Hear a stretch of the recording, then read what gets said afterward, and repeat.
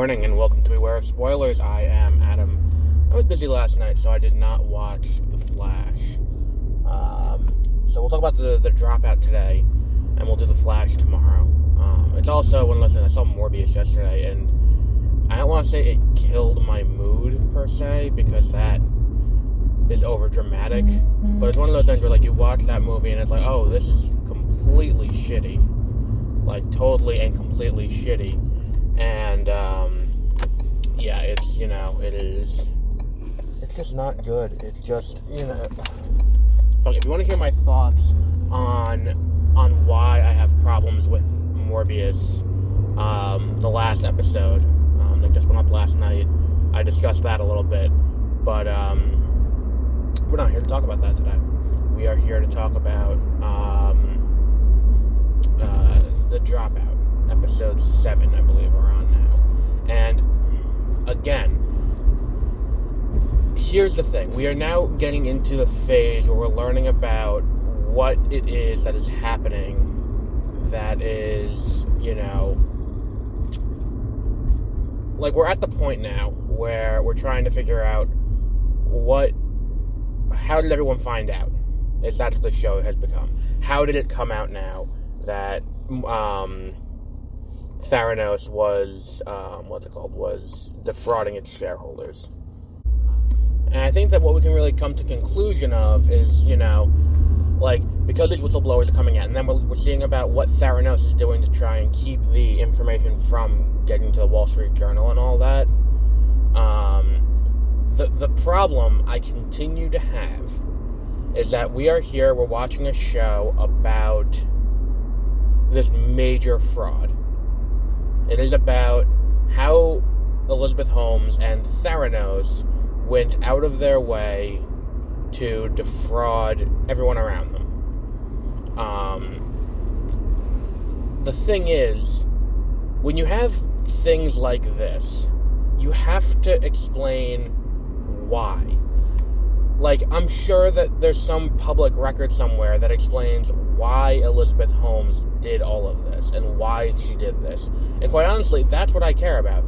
What was her reason for doing this? Was she a con artist? Was that the goal the whole time? Did she genuinely think that... Because, like, when the show starts, they make it seem like she thinks that this is going to actually work and this is going to save the world and she's going to do all kinds of things to help humanity. But by the time we get to the end of the show, it's like, well, they're actively covering things up and actively giving bad results to people, and they know they're doing this. Like, it's one of those things where it's kind of like, how do we not, like, a disconnect happens somewhere. And it's easy to point to that moment in, like, episode 2 or episode 3 when they fudge the number, when they fudge the thing when they go to AstraZeneca.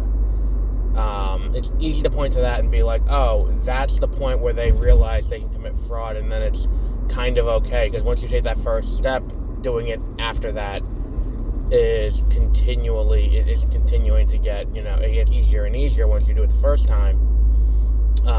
But the problem is, like, the show doesn't really, like, explain what is the end. I feel like I say this every week, where I'm like, the question that the show has to fundamentally answer is, what is the end goal of her fraud?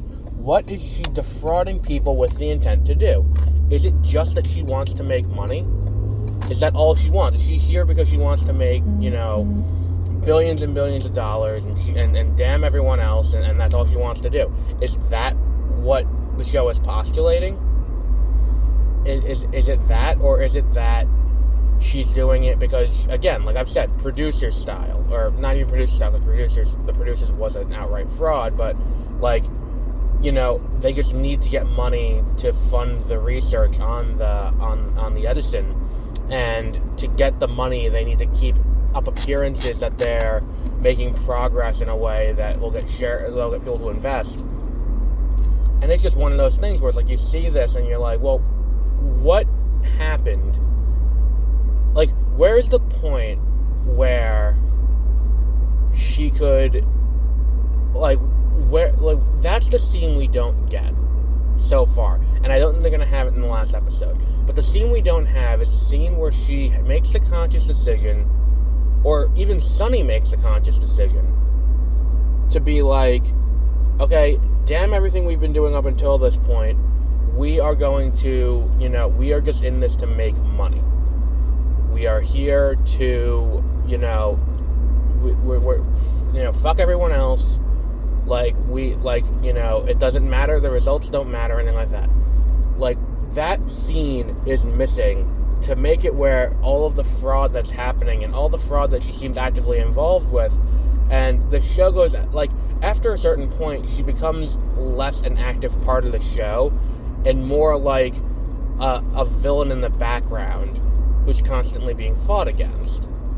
It's one of those things where it's like this disconnect doesn't benefit the show in the slightest, and just makes it difficult to understand what's going on, because the motivation of your main character is a major part of the show. Everyone else we have a clear motivation for, except for her and Sunny. We have clear motivations for the people who are trying to blow the whistle. They all have very clear reasons why they're like, oh, we are going to come out, risk our careers, risk our livelihood, and risk multi-million-dollar lawsuits to tell the truth. There are reasons that are laid out and they are explained. They're doing it because, it's the right thing to do, because of all that. And it's one of those things where it's like, what? It's just kind of ridiculous that the show, as we're in the penultimate episode, is not explaining, It's not explaining what's going on. What her motivation was. Maybe the finale will do that. But for something like this, you want that kind of laid out clear. And that's the other thing, too. It's the show doesn't ever draw the direct nexus between what Elizabeth Holmes did and ultimately was convicted of and what's happening. There is no, okay, and here is the dramatization of her doing X, Y, and Z. That moment doesn't happen in this show. And that's, again, a key part of this. But it's not like we're dealing with some speculative thing where it's Hulu might get sued for this information. But the problem is, it's she was convicted at this point. It's not allegedly she committed fraud. It's she committed fraud. We know she committed fraud. This is all public knowledge at this point. It's just kind of silly to me that we're living in this weird world, where it's almost afraid to link them both to. I mean, I understand that they were convicted and they were sentenced recently, very recently they were convicted and sentenced. But the idea that we're at this point in the show and we don't have there's so much that happens in this show that it might as well be plausible. She's basically got plausible deniability for everything she's being accused of, and even in the way the show does it, where it's the only thing the show concedes that she does is the only thing that is the initial fraud on AstraZeneca. Nothing else is conceded to. It's just kind of silly to me that they don't take that extra step to explicitly link her to what happened. Because at the end of the day, it's I mean, her saying, well, I'm a CEO, I don't read all my emails. That's the closest we get to her being well, I know something's going on, and I don't want to do anything about it. It's fucking ridiculous. I don't understand. It's the kind of thing where it's the show is so scattershot in what it's trying to do that it can't quite land any one thing. there is no moment where it's like, okay, we understand what the, like, I don't even understand what the intent of the show is, because the show is designed to be like, this is what Elizabeth Holmes did, and that's how it's trying to build, but really it's more, this is what Theranos did, and Elizabeth Holmes was just kind of there. And again, this is taking away nothing from Amanda Seyfried's performance, and Ian Andrews' performance, or anyone else's performance in the show. Like, Kurtwood Smith is great in this show. He's, he plays a lawyer for, and that's the thing too, it's like, it's kind of a role I never really see him in. He's playing a lawyer for Theranos, who's trying to keep the Wall Street Journal story suppressed. And it's one of those things where it's like, oh, that's, cool. Sam Waterston's great as former Secretary of State, and it's just, it's one of those things where it's like, we're seeing a lot of, like, the show kind of goes out of its way to kind of show, almost like they're trying to give her plausible deniability. Like, she asks Sonny to, handle problems, and then Sonny does it, but Sonny goes way over the top in a way that he shouldn't. Like, it's weird. It's as if the show is listening to what her defense attorney says, and not the fact pattern. Like, therein lies my problem with it. And maybe the final episode will resolve this problem. Maybe when I finally see the final episode next week, it'll resolve this issue, and we'll be able to say, oh, okay, so the reason why this is happening this way is because this is, like, again, I said it last week, we need the prestige.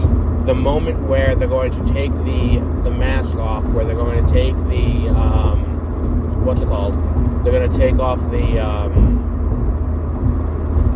they're going to, reveal the end result of the trick and how that all happened. Unless that happens in the next episode, I feel like the show's going to be unresolved. In so much as, that is, like, we have a show about, where the motivations of the lead are obfuscated and not for good reason. Because it's not like we're doing a mystery show about, like, it's true crime. Like, The Dropout is true crime. I don't know. I feel like there are so many things that could have gone better, and it's nothing to do with the execution of the show. The execution of the show is great. And everything about the show is entertaining, and it's good television, but this is a writing issue. This is fundamentally an issue with the writing of the show that is making it hard to understand what is going on. And for something where it is a dramatization of events, but at the same time they are still real events, like, we do need a explanation as to what happened, when it happened, how everyone knew, and were they directly involved. It's like, your goal with something like this is to, A, create engaging television, but also, B, to inform your audience. Like, the point of the show should be to point out and be like, oh, so here is, what we, like, here is what's happening on the show, and here's what happened with, Theranos. And it's like, I should walk away from this having learned something new.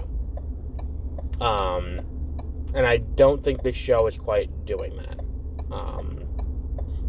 Because it's not really explaining, like, at what point, like, that's the big question here. It's at what point do they make a conscious decision to no longer, are they still actively developing the Edison with the intent being that they are eventually going to move into the, what's it called, with the intent they're going to eventually move into doing that full time? Like, that's the question I have. Is it, did they always intend to just continue to defraud and just like, okay, we have a good thing going here, as long as no one looks too deeply into it, we're okay? Or was it, eventually we will get around to doing the right thing? And that's a big question to leave unanswered. Like, that is a huge question to leave unanswered for a show like this. Like, the intent of the fraud is a big deal when you're talking about a fraud story. I'm sorry. It's a big fucking deal.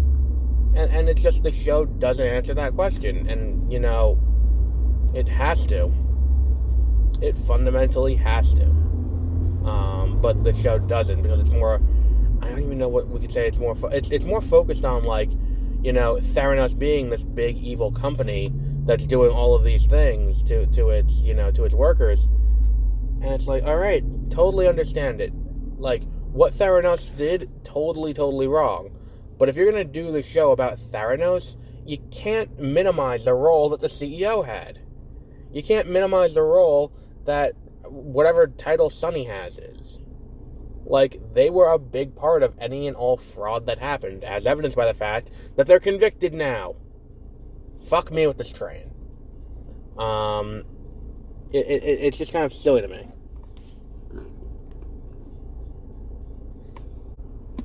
Now, do I think that the show, I think that it's one of those things where it's one or two less scenes of the Walgreens guys in episode 4, and one or two more scenes of Elizabeth and Sonny kind of talking about what happened, or them actively having a role in what's going on, would be kind of interesting. Because really all they do the entire time is, they do a very good job of this, I'll give them this.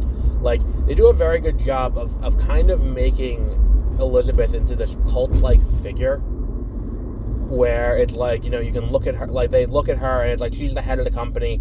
It's kind of like looking at the head of the dragon and being okay, this is what we have to kill. It's it's that kind of thing, where because they do that at least 2 episodes end, or 3 episodes end, with people feeling uneasy about working with Elizabeth and everyone being happy about Elizabeth, and it's it's just kind of silly to me that they keep doing that. And but the thing is, it's it does kind of give her this mythic persona, where it's okay, so she is,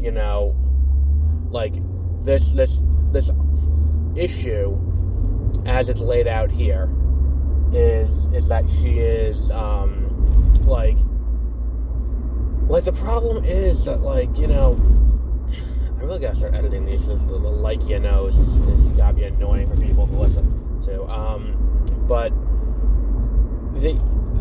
when she's talking about, anytime we see her, in this role, this mythic kind of, she is the head that you have to go, when you go for the king, go for the head, she is the head you have to go for to take this whole thing down, it's great that works, and it does work, but I think that only works because we know the end result and we know what happened.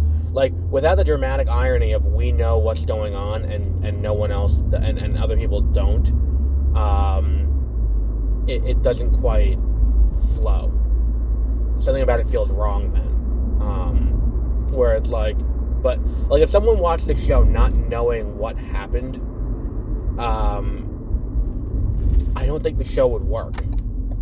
That, I think that's a fundamental problem of the show, is that if you have, again, required reading, I've talked about this with comic book movies and with big franchise movies and things like that, required reading should never be a thing when you go to watch a movie or a TV show. I should never have to have read an article in the New York Post or the Wall Street Journal or any number of other sources. I meant New York Times, not the New York Post.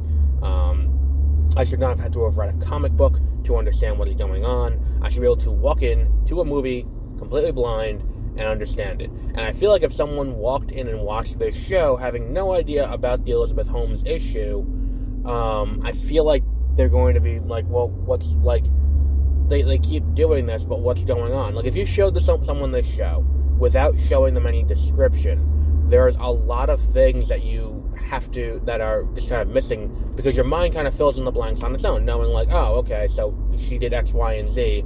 I know she did X, Y, and Z, so I can, fill in those blanks on my own. And I don't think that's necessarily a good thing for a TV show.